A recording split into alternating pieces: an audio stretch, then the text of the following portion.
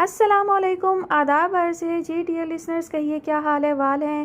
دعا ہے، امید ہے آپ سب بخیریت ہوں گے۔ الحمدللہ میں بھی بالکل خیریت سے ہوں اور جناب ناول کی نیکسٹ ایپیسوڈ کے ساتھ حاضر ہوں۔ ناول جو ہے وہ کچھ دلچسپ معلوم ہو رہا ہے اور اس کا انتخاب میں نے اس لیے کیا، ایک تو رائٹر کا نام ہی کافی ہوتا ہے، رفعت سراج جو ہے وہ ماشاءاللہ بہت اچھا لکھتی ہیں، اور دوسری بات یہ کہ ناول جو ہے وہ ڈائجسٹ میں شائع ہو چکا ہے، اور ڈائجسٹ میں جو ہے شائع ہونے والے ناول جو ہیں وہ بہت معیاری قسم کے ہوتے ہیں، تو امید ہے کہ یہ ناول بھی اچھا ہوگا۔ کچھ سیریس قسم کا لگ رہا ہے، آگے دیکھتے ہیں کیا ہوتا ہے، لیکن کافی دلچسپ بھی معلوم ہو رہا ہے۔ بڑھتے ہیں ناول کی نیکسٹ ایپیسوڈ کی جانب۔ ناول کا نام ہے پے کہاں بچیں کے دل ہے، مصنفہ ہے رفعت سراج، قسط نمبر 3۔ میری برتھ ڈے سے 2 دن پہلے جاپان پر پہلا ایٹم بم گرایا گیا اور پھر 9 اگست کو دوسرا ایٹم بم گرایا۔ 8 اگست کو میں نے تنہا اپنی برتھ ڈے منائی اور سوچا آخر میں پیدا ہی کیوں ہوئی۔ سنا ہے ہیروشیما پر ایٹم بم گرتے ہی 50,000 انسان جل کر راکھ ہو گئے تھے۔ وہ تو تتلیوں سے پیار کرنے والا انسان تھا، قاتلوں میں اس کا نام لکھا گیا۔ لیڈی صوفیہ بچوں کی طرح رونے لگیں۔ پرنس اس وقت اپنی دادی کے ساتھ بالائی منزل کے وسیع ٹیرس پر ٹھنڈی نرم ہوا سے لطف اندوز ہو رہا تھا۔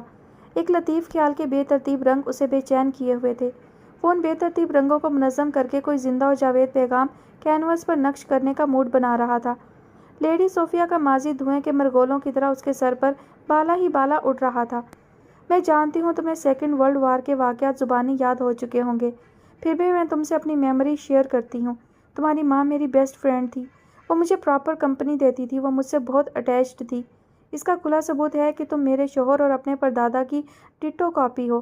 تمہارے باپ کی شکل تو اپنے ماموں پر تھی، وہ قیمتی اعلیٰ نسل گھوڑوں کا بیوپاری تھا، خود بھی بہترین رائڈر تھا۔ دولت تو ہمارے خاندان میں بہت آئی، دروازے کھڑکیاں توڑ کر آئی، مگر زندگی بہت مختصر ملی۔ مجھے عمر اور دولت دونوں ملی، مگر روح کی آسودگی اور خوشی سے محروم رہی۔ اب جیسے لیڈی صوفیہ بول بول کر تھک گئیں۔ چند ثانیے گہری خاموشی ماحول پر طاری رہی۔ پرنس اپنے تخیل کے اڑتے بکھرتے رنگوں کو پکڑنے کی تگ و دو میں تھا۔ اسے نہیں معلوم ہوا کہ اتنی دیر میں گرینڈ مام نے ماضی کے کس حصے کو چھیڑا اور کن لوگوں کو یاد کیا۔ اس کی نظریں سیاہ اندھیرے میں چمکتے روپہلے افق پر تھیں۔ ایک رنگ زندگی سے بھرپور چمکدار آنکھوں میں ڈھلنے لگا، بے ساختگی اور آبشاروں جیسی بے ساختگی، زندگی اور بھرپور زندگی، جیسے ایک مقام پر ہزاروں سورج کی توانائیاں ٹھہر گئی ہوں، پھر وہ آنکھیں نیم باز ہو گئیں، بکھری روشنی مدھم پڑ گئی۔ میں تمہاری شادی کسی پڑھی لکھی مگر غریب لڑکی سے کرنا چاہتی ہوں۔ زندگی بھر میری خواہشات کا مذاق اڑایا گیا، کیا تم میری خواہش پوری کر سکو گے؟ لیڈی صوفیہ کے الفاظ تیز بارش کی طرح برسے اور سارے رنگ دھل گئے۔ غریب لڑکی؟ ویری انٹرسٹنگ، پرنس دلچسپی سے مسکرایا۔ اوہ یس آف کورس، وہ تمہاری اور تمہاری دولت کی قدر کرے گی، لائف انجوائے کرے گی تو کرنسی کی ویلیو پہچانے گی، اپنے اور اپنے بچوں کے لیے تمہاری دولت کو اچھی طرح سنبھالے گی۔ یہ رئیسوں کی بیٹیاں بہت سیلفش ہوتی ہیں، کسی کا دل جیتنے کے لیے محنت نہیں کرتی، مال اور محبت کو اپنا حق سمجھ کر وصول کرتی ہیں۔ میں نے جو اس زندگی سے سیکھا ہے وہ تمہارے کام آنا چاہیے پرنس۔ لیڈی صوفیہ نے در حقیقت پرنس کو چونکا کر رکھ دیا تھا۔ لیکن مام، آپ نے تو میرے گرینڈ فادر سے عشق کیا ہے، آپ کے پاس ان کی بات کے سوا کوئی اور بات نہیں ہوتی، تو آپ تو فارمولہ بنا رہی ہیں، جسٹ امیزنگ۔ پرنس خوشگوار انداز میں حیرت کا اظہار کر رہا تھا۔ میں ہمیشہ سے رئیس نہیں تھی پرنس، میرے ڈی این اے میں غربت کا سافٹ کلر موجود ہے۔ لیڈی صوفیہ نے اتنا کہا اور اٹھ کر ٹہلنے لگی۔ پرنس حیرت سے سر اٹھا کر دیکھنے لگا۔ ہاؤ انٹرسٹنگ، منہ سے بے ساختہ نکلا تھا۔ میری نانی انڈونیشیا کے ایک ڈیری فارم میں کام کرتی تھی، وہ بہت حسین تھی، جتنی حسین اتنی ہی غریب تھیں۔ ان کے ماں باپ جلد فوت ہو گئے تھے، وہ چھوٹے معذور بھائی کی گارجین تھی جو اینیمیا کا پیشنٹ بھی تھا۔ محنت مزدوری سے پیسہ کماتی اور بھائی کے علاج پر خرچ کر دیتی تھی، خود شہتوت سے روٹی کھا لیتی تھی۔ پرنس حیرت و استعجاب کی کیفیت میں مبتلا یک ٹک لیڈی صوفیہ کی طرف دیکھ رہا تھا۔ میرے نانا آرمی ٹروپ کے ساتھ جنگی مشق پر گئے ہوئے تھے تو انہوں نے میری نانی پر دل ہار دیا۔ میری نانی لینڈ لارڈز کی بہو بنی، مگر ان کے خون میں وہی شہتوت اور باسی روٹی کا ذائقہ تو تھا نا۔ تمہارے خاندان میں صرف دولت اور نام تھا، محبت، عشق، قربانی، یہ عظیم جذبے میری ماں کی طرف سے گفٹ ہوئے، انڈرسٹینڈ؟ لیڈی صوفیہ اب تھک کر دوبارہ اپنی آرام دہ لیدر چیئر پر بیٹھتے ہوئے پرنس سے پوچھ رہی تھی۔ یس ماما، ویری انٹرسٹنگ، آپ کا کیا خیال ہے؟ مجھے بھی انڈونیشیا کے ڈیری فارمز کا وزٹ کرنا چاہیے۔ پرنس نے اب لطافت سے ماحول کا بوجھل پن مٹانا چاہا۔ او سلی بوائے، میں تو تمہیں الرٹ کر رہی ہوں، بہت سی نظریں تم پر ہیں، تمہیں بہانے بہانے سے پارٹیز فنکشن میں انوائٹ کیا جاتا ہے، تم کسی دھوکے میں نہ آ جانا۔ کسی بھی وقت کوئی بھی تمہیں پھنسا سکتا ہے۔ لیڈی صوفیہ کی جھریوں سے پٹے چہرے کی ایک ایک لکیر میں تشویش جھلک رہی تھی۔ کم آن مام، مائی گریٹ مام، میں پینٹر ہوں، دل پر چلتا ہوں، جال اور پھندوں سے بہت اونچا ہو کر اڑتا ہوں، ڈونٹ وری۔ پرنس دھیرے سے ہنس دیا تھا۔ مردانہ وجاہت سے بھرپور ہنسی کو ٹمٹماتے ستاروں نے بھی دل تھام کر دیکھا اور سنا۔ بائی دا وے مام، اگر کسی ویل آف لڑکی میں قریب لڑکی جیسی سادگی ہو اور وہ بہت پروقار ہو تو اس پر آپ کیا کمنٹس پاس کریں گی؟ سفینہ دودھ یا غبار کی طرح اڑتی ہوئی افق پر چھا گئی تھی۔